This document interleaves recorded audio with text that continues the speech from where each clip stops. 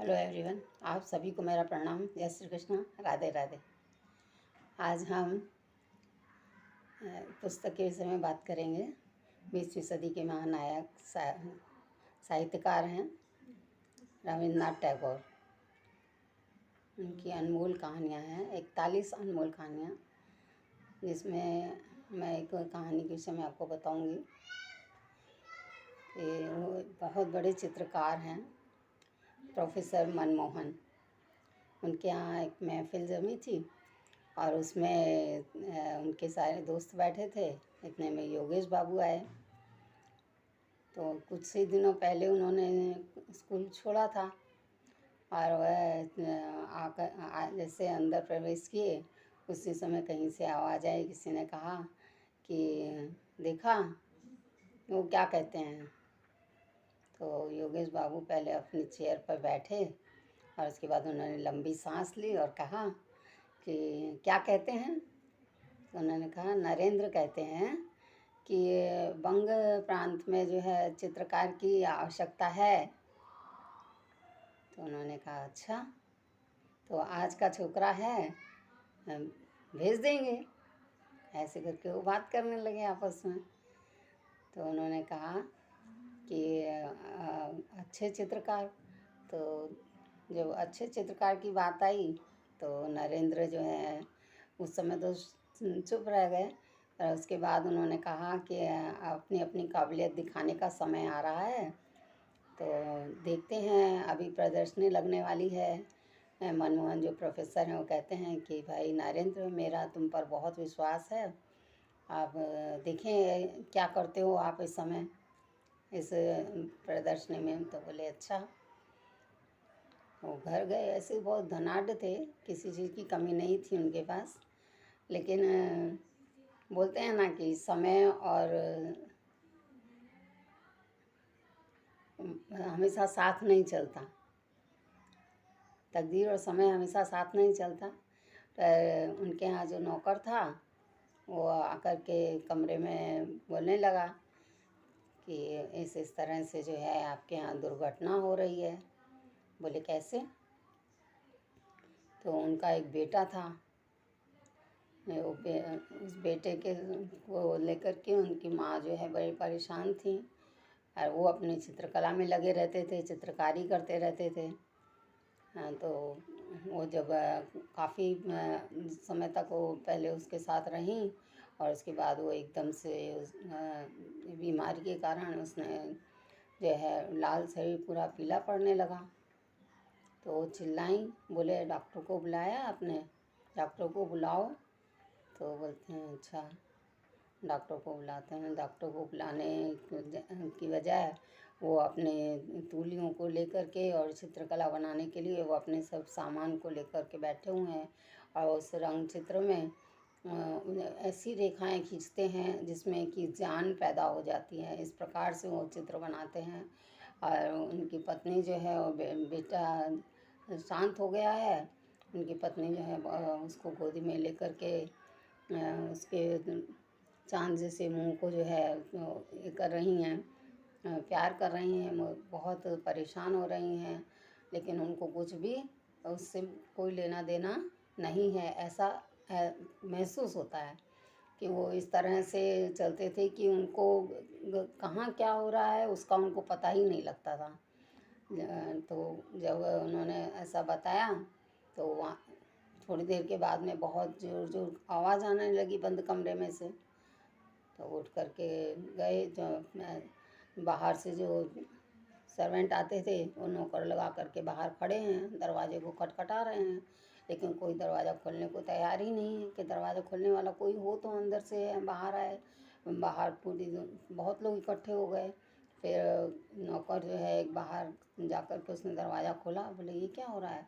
और वो अपने चित्रकारी में जो है तैयार हैं। फिर वो उनकी पत्नी बोलती हैं आपने डॉक्टर को बुलाया। अच्छा, डॉक्टर को बुलाता हूँ। और इतना कहते कहते वो अपना चित्र बनाते रहते हैं और उसमें वो लीन हो जाते हैं। अब पूरी बात कहते कहते उनका कहने का मतलब तो ये था कि समय जो है काम अपना नहीं छोड़ता, कर्म जो है वो करता ही रहता है। तो इस तरह से ये कहानी का ऐसा अंत बताया उन्होंने, और इस तरह से उन्होंने चित्र बनाया। आँखें जो हैं अंदर दब रही थीं, चेहरा सूख रहा था, अंदर से वेदना तो उनको भी हो रही थी कि मेरा बेटा है, लेकिन वो अपने चित्र में पूरे लीन थे। तो इस तरह से उन्होंने चित्र बनाया, और वो चित्र जब बन गया तो उन्हें वो प्रदर्शनी में पहुंचा तो देख कर के सब लोग दंग रह गए।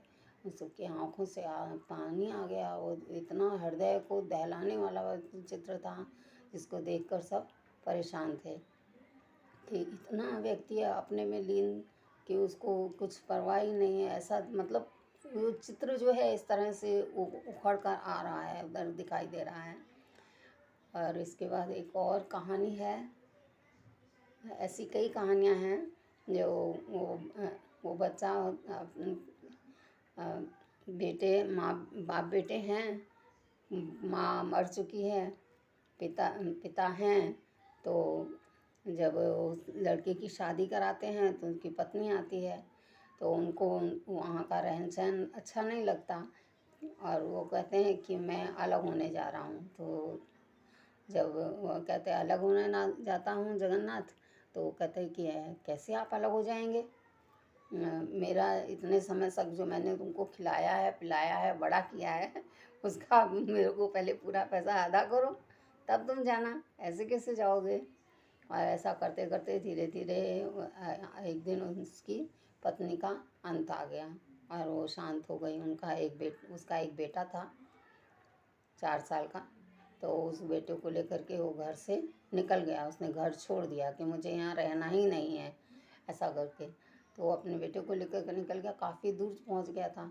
लेकिन उसने जो धन इकट्ठा किया था, वो कहीं दूर बहुत जंगल में जाकर के एक ऐसा मंदिर था जिसकी पूरी छतें जो हैं गिर चुकी थी, हिल चुकी थी।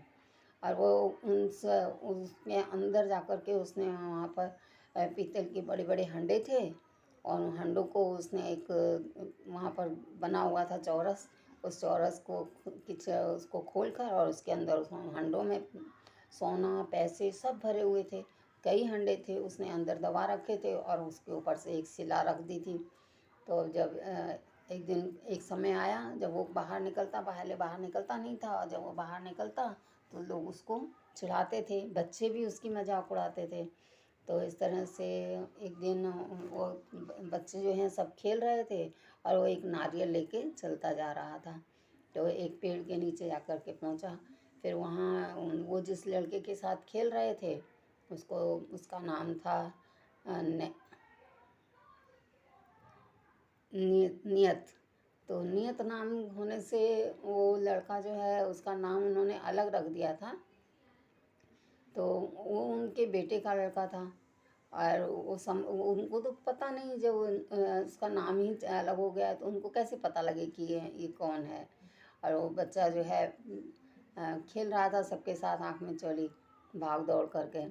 तो उन्होंने उसको देखा और उसको पास में बुलाया। तो उन्होंने कहा, उसके हुआ माँ बाप, माँ तो थी नहीं, पिताजी थे। तो पिताजी भी जो हैं वो किसी तरह से वहाँ से भाग आया और आकर के वहाँ अपना समय व्यतीत कर रहा था, वहाँ खेल रहा था। तो उधर से गांव से निकलते निकलते वो अपने बच्चे को ढूंढ रहा था, पिता, कि कहाँ है मेरा बेटा। तो उन्होंने कहा कि वो जो नियति थी, उस नियति को उन्होंने बोला कि बेटा, धीरे से पास में बुलाया। फिर उसने कहा, तुम मेरे साथ मेरे घर चलोगे? तो बोला, हाँ चलता हूँ। पहले तो मना किया उसने, फिर बोलने लगा, अच्छा चलता हूँ। उसने मन में सोचा कि मेरे पिताजी भी नहीं हैं, और मैं कहाँ रहूँगा, कैसे मेरा समय बीतेगा। तो वो उनके साथ चला गया। जब घर पर गया तो उन्होंने देखा, पहले तो उसने अपने घर में ही देखा था कि ये देखो मेरे पोते ने ये साड़ी धोती थी, वो धोती फाड़ करके टुकड़े करके डाल रखी थी। लेकिन जब वो घर से चला गया तो उसके बाद में उस धोती को उन्होंने तय करके संभाल के बहुत अच्छी तरह से रखा। यानी पोते से उनको इतना लगाव था कि बाद में उनको घर खाने के लिए दौड़ने लगा। तो अकेलापन महसूस होने लगा। तो वृद्ध लोगों को भी इस चीज़ की जानकारी होनी चाहिए कि हमें अपने बच्चों के साथ कैसा व्यवहार करना है। और वो जो है जब उसको लेने जाते हैं तो बच्चा बोलता है कि उनके साथ रहता है, और रहने के बाद एक दिन वो बोलते हैं कि अच्छा तुम मेरे पास हमेशा रहोगे, मैं तुम्हें, लेकिन कैसी शर्त रखते हैं उसको पहले वो बोले अभी नहीं। उन्होंने कहा कि मैं दिखाओ मुझे कहाँ है आपका धन। तो बोलने लगे अभी नहीं, अभी सब लोग देख लेंगे, सब जगे हुए हैं। तो धीरे से उसने कहा अभी सब सो गए, अभी तो बताओ मुझे कहाँ है। तो बोले अच्छा।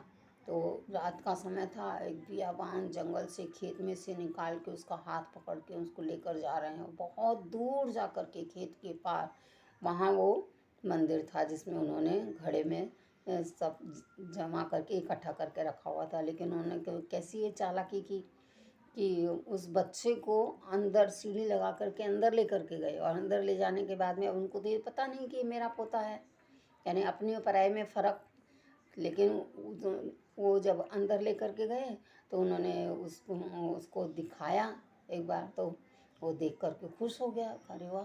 और जब बाद में उसने वहाँ हवन करी, अग्यारी करी, सब कुछ बहुत कुछ किया, और उस करने के बाद में उसको तिलक लगाया, और तिलक लगाकर उसको वहीं बैठा छोड़ दिया और खुद बाहर निकल आया। अब बाहर निकलने के बाद अब वो लड़के का तो वहाँ अंदर दम घुटेगा ना, तो वो बाहर निकल आया। बाहर निकलने के बाद उसने उसके ऊपर बहुत सारी मट्टी डाल दी, इधर उधर से जंगली पौधे उसके ऊपर खड़े कर दिए। हाँ, और फिर भी कान लगा कर वो सुन रहा है कि कुछ आवाज़ तो नहीं आ रही, कुछ बात तो नहीं कर रहा, कुछ कह तो नहीं रहा, रो तो नहीं रहा।